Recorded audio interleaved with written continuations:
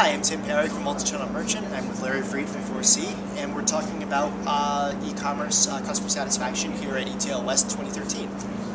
Larry, the American Customer Satisfaction Index annual e-commerce report was released today, and it seems that bricks and mortar stores are starting to catch up to Amazon.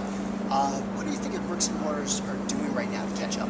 I think there's a couple of things that are really driving the bricks and mortars, improving the customer experience, and it really has to do with the fact that they're starting to really understand that the need for multi-channel experience is so important. So, they realize the important role that web is playing, the important role that mobile is playing, and the store still plays an important role. I mean, the data that we see still shows, about 88–89% of all commerce is still coming through those stores. So stores aren't going to go away, but it's about integrating that experience across the channels. And when they do it right, they have an advantage over the pure plays.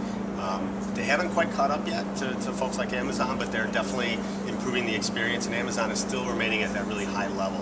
And there's a great bar for everybody to reach for. Speaking of Amazon, they're still the top dog, like you said, and they seem to be getting when it comes to mobile commerce too. What are some of the things that Amazon is doing right in mobile commerce that's separating themselves from the rest of the pack? The key thing about Amazon is they have this undying desire to have a great customer experience. They are so focused on the customer and that they're going to satisfy them and they're going to do what's right.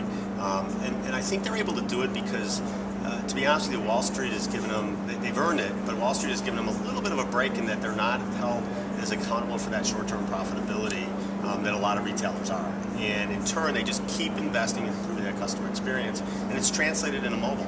Same great set of products, same competitive prices, same great product reviews, and they've really done a good job of keeping that focus on the customer experience as they've moved into mobile. And the really interesting thing, both a positive for Amazon and maybe a little bit of a threat for others, is that with mobile, they're going beyond the desktop, they're going into people's hands, potentially as they're walking through a retailer store. And so it introduces a whole other level of complexity and challenges for the brick and mortar retailers.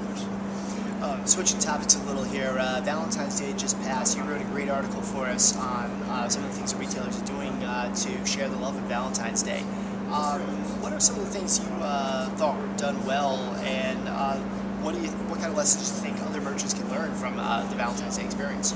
Yeah, so I think for Valentine's Day, there's one day, right? And we all have to remember it, which it's hard to forget with all the marketing and promotion, and that's part of it. Make it easier for us, right? Especially if it's a guy buying a woman a present. It's usually, it should be on the top thing on my list, but we get busy with other things. So make it easy. Strong promotion, strong marketing, strong use of email is really, really powerful. But also, again, understanding the time frame, understanding what it takes to get things done, whether it's on the flower side or whether it's on the gift side, and again, focusing on that customer experience, making sure products are showing up when they're supposed to. Kind of the blocking and tackling is what really, really makes it all work. And it seemed to be a pretty good holiday season when we think of the Valentine's Day for most retailers.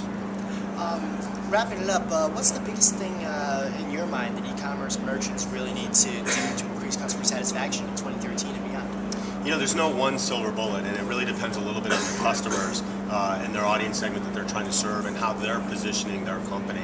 Some it's more value, some it's more service, some it's more product selection, and so on. But the one thing that they all need to do is they need to really embrace the idea that consumers are multi-channel, multi-device. Call it omni-channel, call it whatever you want. They need to really be focusing on that customer experience, not just within a channel, but across the channels, across those devices. That's what consumers want. Retailers are starting to break out of this, but for the most part still think of, we have our mobile channel, we have our web channel, we have our store channel. Consumers think about one company, one retailer, one brand. That's what they want. That's what they're dealing with. So consistency is really, really important. The same high level that you get in any one channel, you want in all the other channels. The consumer wants it to be seamless. So I think that's the one tip I would give retailers today, is to really focus not only on the individual channels, but really on that experience both within and across those channels, delivering that high quality that you want your customers to come to expect. Larry, thanks for spending time with us today, and enjoy the rest of ETL West. My pleasure. Thank you.